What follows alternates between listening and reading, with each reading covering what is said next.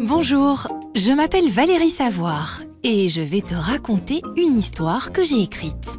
Alors, ferme les yeux, installe-toi confortablement et en route pour un épisode pas gnangnan. J'écoute. Je vais te raconter l'histoire des frères lions. C'est aussi l'histoire de Naël et Nino, les jumeaux jaloux. Et quand mon histoire commence, ce matin-là, il pleut. Madame Constance rassemble les enfants dans la cour de l'école. Elle a ouvert son grand parapluie jaune, constellé d'étoiles et à bec de canard. On rentre en classe. Attention aux flaques, elles sont aussi grandes que des lacs. Dans le rang, ça papote joyeusement entre les gouttes. Fanfan rit avec Clémentine. Vic se cache dans son capuchon. Hugo mâche un énorme chewing-gum rose et essaye de faire des bulles. Et au bout du rang, Naël et Nino, les jumeaux, boudent. Madame Constance l'a vu. Les enfants s'installent en classe. Madame Constance attend le silence. « Personne n'a été avalé par les lacs flaques ?» demande Madame Constance. Les enfants rient, sauf Naël. Il a le visage tout fermé comme un coquillage après la marée. « Tout va bien, Naël ?»« Oui, » répond Naël, très vite et tout bas. Il a dit « oui », mais tout le monde a entendu « non ». « Ça n'a pas l'air », dit Madame Constance. « Et ton pantalon est plein de boue ?»« C'est à cause de Nino. »« Même pas vrai !» crie Nino, qui est assis juste derrière Naël. « Si, c'est toi. Je parlais avec Lila et t'es venu juste devant moi et t'as sauté dans la flaque. »« Je l'ai pas fait exprès. »« Si, tu l'as fait exprès et je sais très bien pourquoi, parce que t'es jaloux. » Lila devient aussi rouge que le rouge à lèvres de Madame la directrice. On dirait que de la fumée va sortir du nez et des oreilles de Naël, tant il fulmine de colère. « Même pas vrai !» crie Nino. Son menton tremble, il est sur le point de pleurer. Madame Constance tape doucement dans ses mains. « Fermez les rideaux, je fais chauffer de l'eau !» De petites exclamations de joie traversent la classe. Quand Madame Constance fait chauffer de l'eau et qu'on ferme les rideaux, c'est qu'elle va raconter une histoire. Et Madame Constance raconte très bien les histoires, mieux que personne. Les enfants s'installent, sortent leurs gobelets. Madame Constance choisit une boîte de thé dans la petite armoire derrière son bureau. Aujourd'hui, ce sera Jasmin et Violette. Et pendant qu'elle prépare le thé, Gustave allume la grosse bougie bleue. Tout est prêt. Madame Constance passe entre les bancs servir un peu de thé brûlant aux élèves qui ont sorti leur gobelet. Elle boit à son tour une gorgée et se met à raconter. L'histoire que je vais vous raconter se passe il y a très longtemps, au royaume de Sarabie, la terre des lions, un territoire écrasé par le soleil, encerclé par de hautes montagnes et une rivière tumultueuse. Le chef de ce royaume était le roi Arié, le lion le plus puissant du clan. Il avait 2 fils, Marjane et Yali. Marjane, l'aînée, était dotée d'une crinière foncée et aussi dorée que le soleil de midi, plus soyeuse que la plus douce des soies, aussi épaisse que la toison d'un mouton. Son frère, Yali, avait des pattes puissantes et musclées, grâce auxquelles il faisait des bonds de géant, les plus grands bonds de toute la savane. Les 2 frères s'adoraient, Marjane veillait sur Yali depuis sa naissance et Yali admirait son grand frère. Chaque matin, juste après le lever du soleil, les 2 frères lions faisaient le tour de leur royaume. Ils y vivaient en paix et ne chassaient jamais sur leur terre. Tous les animaux les respectaient et les admiraient. Ils s'inclinaient même au passage des frères lions. Les zèbres tapaient leurs sabots comme s'ils jouaient d'un tam-tam sacré. Les crocodiles frappaient l'eau avec leur queue. Les éléphants barrissaient joyeusement. Les hyènes riaient de respect et les girafes baissaient leur cou. Un matin, Yali se réveilla de très bonne humeur. Marjane dormait encore. Yali bondissait dans tous les sens. « Réveille-toi, Marjane! Partons faire notre parade matinale! Le soleil est déjà levé !»« Non, laisse-moi dormir. Je n'ai pas bien digéré l'antilope d'hier. Vas-y seule. » Seule ? Yali n'avait jamais imaginé faire la parade matinale seule. Mais pourquoi pas ? Ce sera l'occasion de montrer ses bonds de géant. Et le voilà parti. Il quitta le rocher des lions et arriva à la plaine des zèbres. Mais les zèbres continuèrent de brouter paisiblement dans les hautes herbes. Pas de concert de sabots. Ils ne levèrent même pas la tête. Bonjour les zèbres, c'est moi, Yali, le fils du roi de la jungle. « Connais pas !»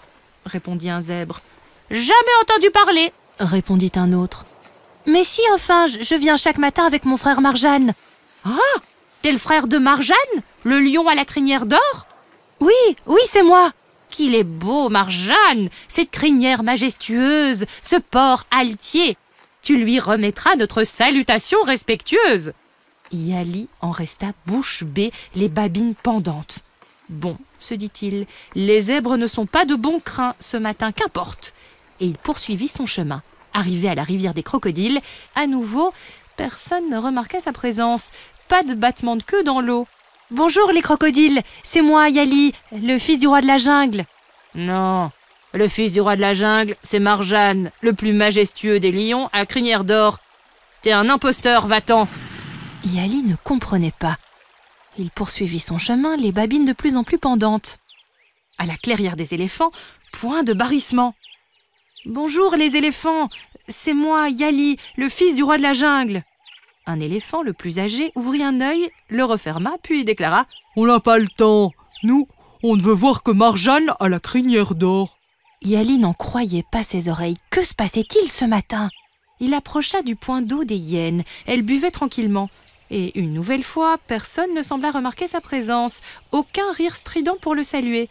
Bonjour les hyènes, c'est moi, Yali, le fils du roi de la jungle. »« Où est Marjane?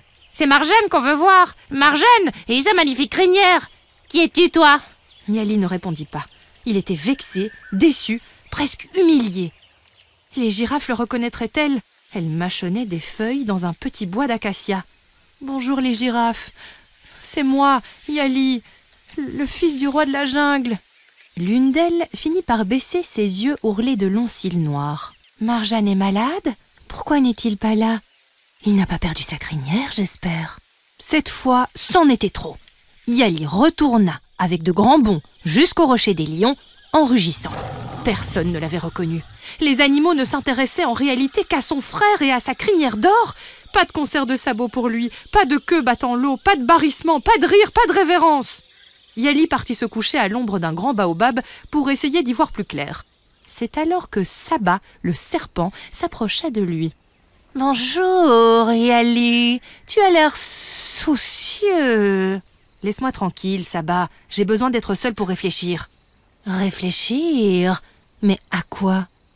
Si tu veux, je peux t'aider. »« Saba, laisse-moi tranquille. »« C'est à cause de ton frère? » « Oui, comment as-tu deviné? Mon instinct de serpent ne me trompe jamais.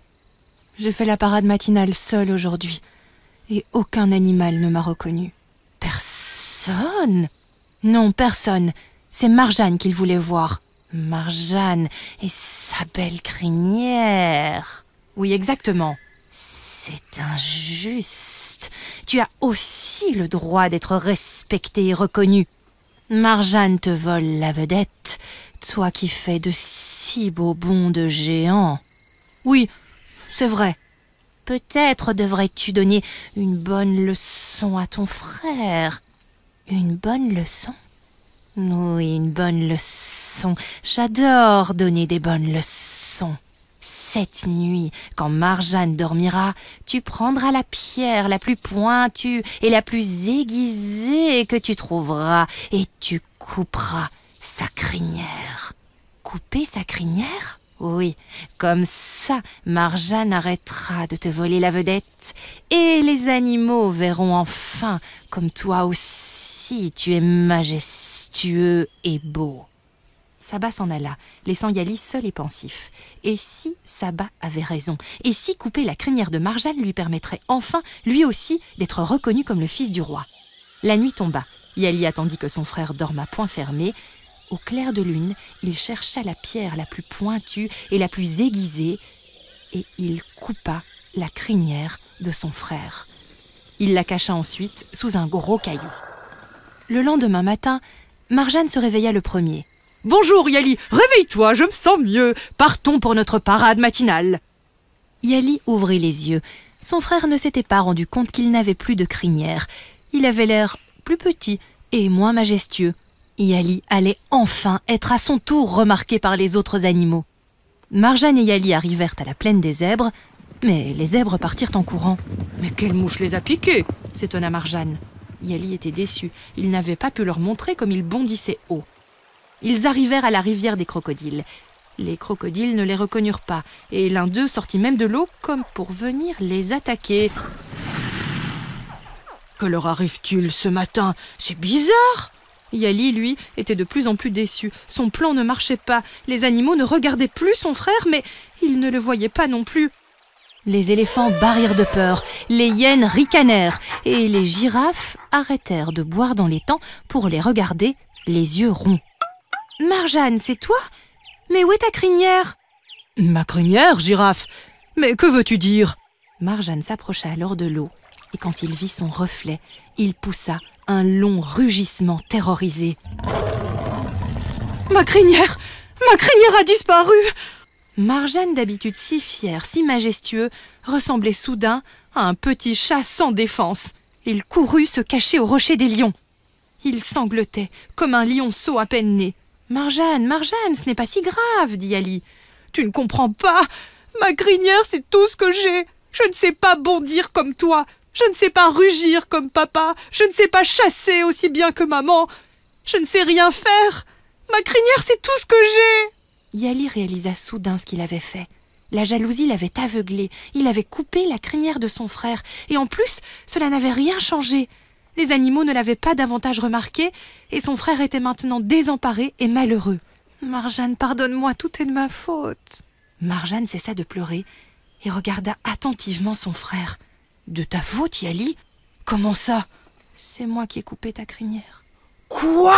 Tu as coupé ma crinière? Mais enfin, Yali, mais pourquoi? » Parce que j'étais jaloux de ta prestance, jaloux de ta beauté. Personne ne me voyait, on voyait que toi. J'étais invisible. Mais maintenant, je le regrette tellement. Pardonne-moi, Marjane. Marjane ne répondit rien. Il regarda son frère un long moment, puis lui dit « Va-t'en immédiatement, Yali.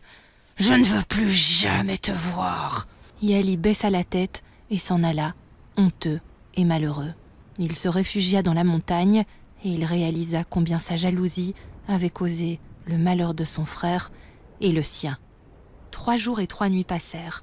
Le matin du 4e jour, un rugissement retentit dans la montagne. C'était Marjane. Il était certainement venu pour le tuer. « Je suis ici, Marjane !» Marjane se précipita. « Oh Yali, je suis soulagée de te retrouver !»« Tu ne viens pas pour me tuer, Marjane ?»« Te tuer? Mais enfin, Yali, tu es mon frère. Je t'ai cherché partout. J'ai craint le pire. »« Tu n'es pas en colère ?»« Oh si. Au départ, j'ai été très en colère. Comment mon frère avait-il pu faire une chose pareille? Et puis j'ai réfléchi et j'ai compris ta jalousie, Yali. C'est vrai que je prenais beaucoup de place avec cette crinière d'or. Je ne m'en rendais pas compte. Mais tu sais, moi aussi j'ai été jaloux de toi. » « Jaloux de moi ?» ?»« Oui, Yali. Jaloux de tes bonds de géant. » Les 2 frères échangèrent un long regard. « Pardonne-moi, Marjane. »« Je te pardonne, Yali. Et toi, pardonne-moi d'avoir pris tant de place. »« Mais, Marjane, tu as pris ta place. À moi d'apprendre à prendre la mienne. » Les 2 frères redescendirent de la montagne, réconciliés et en paix. La crinière de Marjane repoussa et elle fut encore plus brillante, encore plus dorée, encore plus fournie et soyeuse qu'auparavant. Et depuis ce jour, la parade matinale était encore plus majestueuse qu'avant. Tous les animaux s'inclinaient devant les 2 frères et désormais, ils n'admiraient plus seulement Marjane, le lion à la crinière d'or, mais également Yali, le lion au bond de géant. Et c'est ainsi que se termine l'histoire de Madame Constance. Allez hop les copains, on ouvre les rideaux et on s'y met. Il est l'heure de faire la dictée. Les enfants prennent leur cahier et au fond de la classe, Nino se retourne vers Naël. « Désolé pour le pantalon. »« C'est pas grave, » répondit Naël. « Au moins maintenant, j'ai l'air d'un aventurier. Je pense que Lila aimera bien. » Et les 2 frères s'échangent un sourire, un vrai sourire qui vient de tout au fond de leur cœur. Ce podcast a été mixé par Cédric Van Stralen et illustré par Alice Depage. Un podcast produit par We Tell Stories. À bientôt pour le prochain épisode.